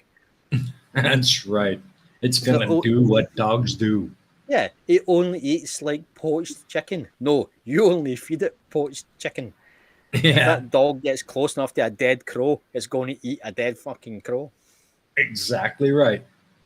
It don't care if it's cooked or not. Yeah, even as a fucking beat chihuahua, it's a fucking dog. Somewhere in its tiny little fuzzy half brain, there's still a dog in there, and there's nothing dogs like more than rolling around in shit. Yeah, Yeah. and eating whatever it can sink its teeth into. Oh yeah, I mean the amount of dogs that I've come across in my life, or I've owned in my life, or whatever. I know people say, "Oh, you don't own a dog." Yeah, you fucking do, right? Right. It's your dog companion. No, it's not. It's a fucking pet. I own it. I paid for it. It's mine. Yeah, Right? yeah, And no matter how well fed and well cared for they were, they would still eat a shit off the ground, or they'd go and start licking another dog's ballsack. What are you doing? because it's a dog. Because it's a dog. It's not, it's not trying to embarrass you. It's just doing what comes natural to it. It might seem That's disgusting right. to us because it's not very often you'll go up and start licking somebody else's arse or ballsack. Well, maybe you do. I don't know what you get up to the weekend. That's your business, I suppose. But then people get upset about their dog and they get angry at their dog for behaving like a fucking dog. Because they've spent fucking hundreds and thousands of pounds on it, given it a stupid bow tie, bought a little tartan fucking rain jacket for it, and then it goes and does a dog thing. Oh my god! Oh my lord! And then What's they going take it on? back to they take it back to the breeder and say there's something wrong with my dog. Yeah, Why is it dragging its arse along my carpet? Because they shit love it. sticks to fur. Yeah, they absolutely love it. It feels great. If I could do it myself, I probably would. He's got an itchy butt. Yeah, it would certainly save wear and tear on my fingernails. Yeah, well, there you go. Yeah. I mean, when your butthole's itchy, don't you scratch it? Damn right I do. And if I could do it by dragging my arse along the carpet, I would. Dogs' That looks paws great. can't reach it, so they'll just drag it on the grass. Yeah. But you get these people that buy these wee fucking mongrel things and don't expect them to behave like a dog. And it's like the film I mentioned earlier, Best in Show. Yeah. Has got a couple in that who take it all so very seriously. And when their dog behaves like a dog, they take it to a psychologist. Oh, jeez.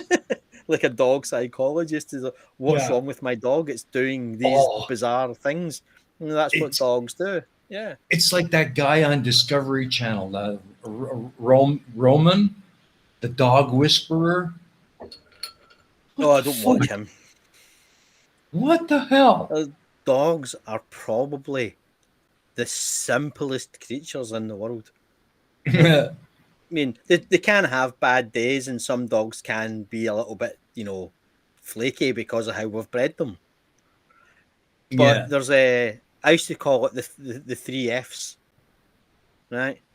Or 4 Fs if you want to, or 5 if you want to stretch it out, right? Food, fight, family, fun, and fucking. There you go. Take care of those 5 things. You've got your dog. Perfect. That's it. Yeah. Right? If you feed it, you look after it, it's got enough fun, it's got its pack around it, it doesn't have to fight anybody, and you either snip it or you let it have its oats and, have its pups. Yeah. That's all it needs. That's it. That's right. And it's a happy Yeah. little pup. A happy little pup. If it's got somewhere Yeah. comfortable to sleep and it's got enough food and it feels secure in the pack, easy peasy. Yeah.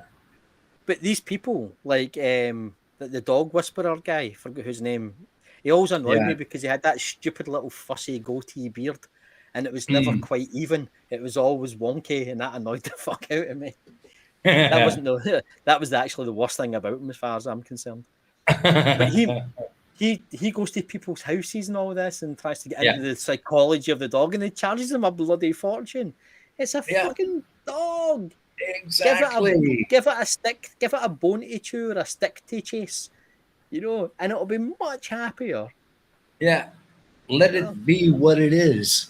Yeah. Or the dog's very aggressive because it doesn't respect you because you never took control of it. Take its food off it for a day, and I'll guarantee you that dog respects the fuck out of you the next day. Exactly right. So, that's right, Eddie. The dog owner ruined the dog. Yeah, so many times I've had to intervene in the past where I've saw somebody with their dog and I've just had to come and say, sorry, what the fuck are you doing?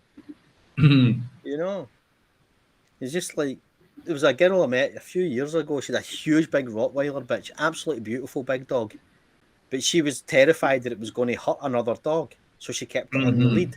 And the dog got so excited but so depressed because it was never allowed off the lead. And my dog Moshe went up to it one day, caught her by surprise, and she started like shouting and like crying, please get your dog under control, get it away, get it away, get it away. And I said, let your dog off. She wants to play. She just wants to play. And she's like, no. I said, trust me, please. And she let the dog off the lead eventually. And the two of them charged around the field for an hour, chasing the ball, chasing one another, having an absolutely great time. This is the first time this big Rottweiler had been allowed off the lead to play in a year. It was a year old and it had never got to socialise and play with other dogs because she was scared that it would hurt one. I said, well, why the fuck did you get a Rottweiler then? Why the hell did you buy a dog that you're scared of? What? But we met her several times after that, and she slowly sort of relaxed a little bit, and the dog was allowed to ground and play, and it was much, much happier, and everybody else was happier because they all thought that her dog was dangerous because she never let it play or let it off the lead. But the only reason it was becoming a dangerous dog is because it had never been socialised and never been allowed to be a dog. Jeez. But yeah, so if you are out there and you're listening to me rabbit on, if you want, Caesar Milan, that's him. If you do want to get a dog, and they're great companions if you have the time for them and the patience and the space for them. They don't need much, but they do need exercise. Yeah. Think about the dog you want, and if you want one with a fancy name, right?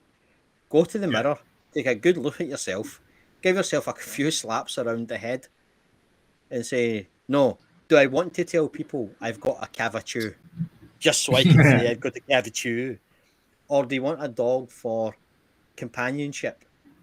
If you want to have your dog, you can go walking with it and take it out when you go fishing and whatever. Great, absolutely. Get the right dog. Don't get one that's got a stupid fucking name because all it does is make you look like a prick. Yeah. Exactly.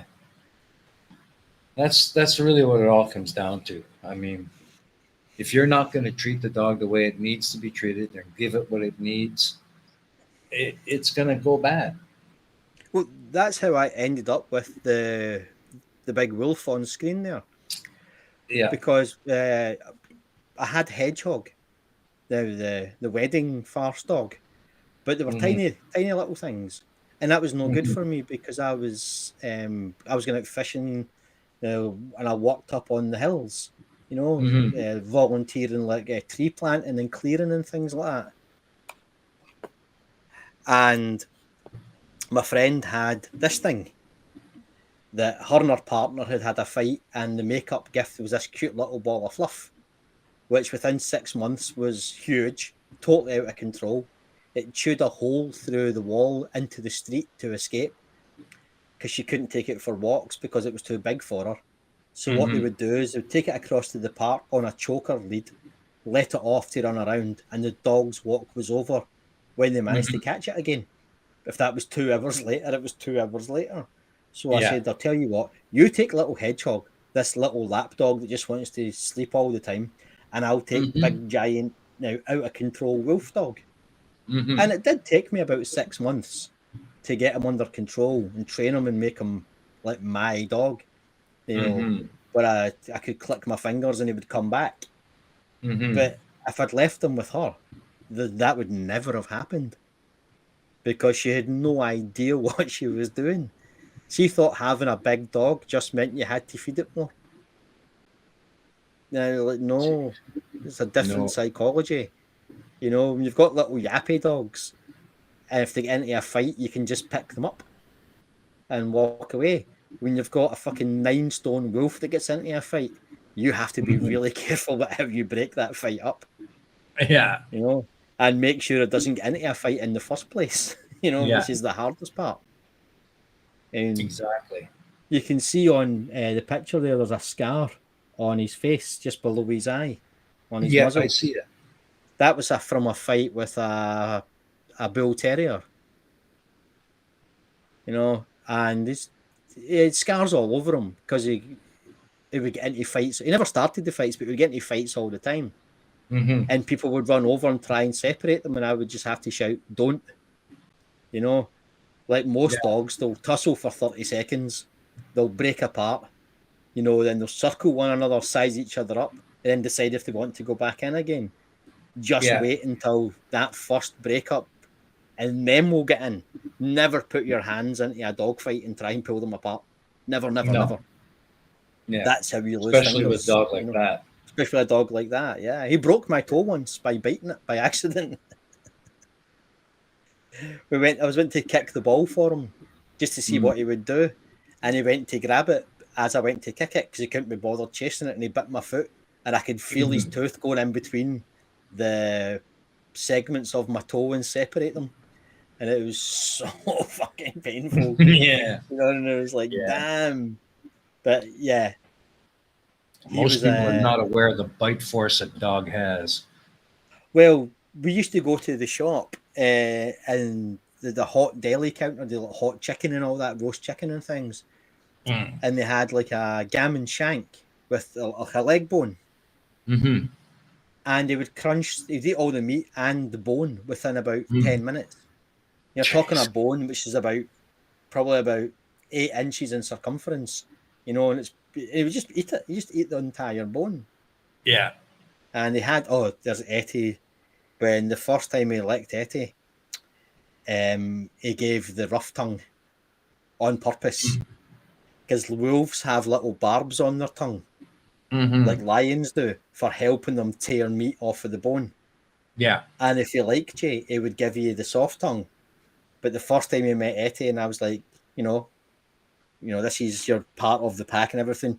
And I say, give a kiss. And he'd give me a kiss. I'd say, give her a kiss. And he'd look at Etty and kind of very begrudgingly put the very tip of his tongue out, you know, just like, nah. And I'd be like, no, properly. And he very deliberately brought up the hooks on his tongue, licked Etty right up the face, and left a huge big rash for days. Oh, ouch. Yeah, that was very deliberate act of fuck you. Yeah. Probably took a while for him to settle in and get to know her. Yeah, well, as I say, it was mine. And when I first got him, I would take him out at 8 o'clock in the morning, would walk 20, 30 miles, you know, come back in the evening. And I did that every day that I could, which was most days at the time. So it was just the two of us, and I would constantly reinforce, come, stay, back, blah, blah, blah, blah, blah. Yeah. Until all he knew was me. And then when somebody else came into the picture, Etty, in that case, he was just like, who the fuck are you? Yeah. You know, and he didn't want anybody else in because he eventually warmed up a little bit, and he wouldn't deliberately be an asshole. Yeah. he would find ways to be an asshole. Mm-hmm. You know, little subtle ways, like he'd walk out of the room, and then he'd scratch the door to get back in. You'd let him in, and he'd turn around and walk back out again, and then he'd scratch to get back in. She'd let him in, and he'd turn around and walk back, and he would do that, and he would drag his balls over Etty's pillow in her bed, and you know what I mean. He would, you say, get off the sofa.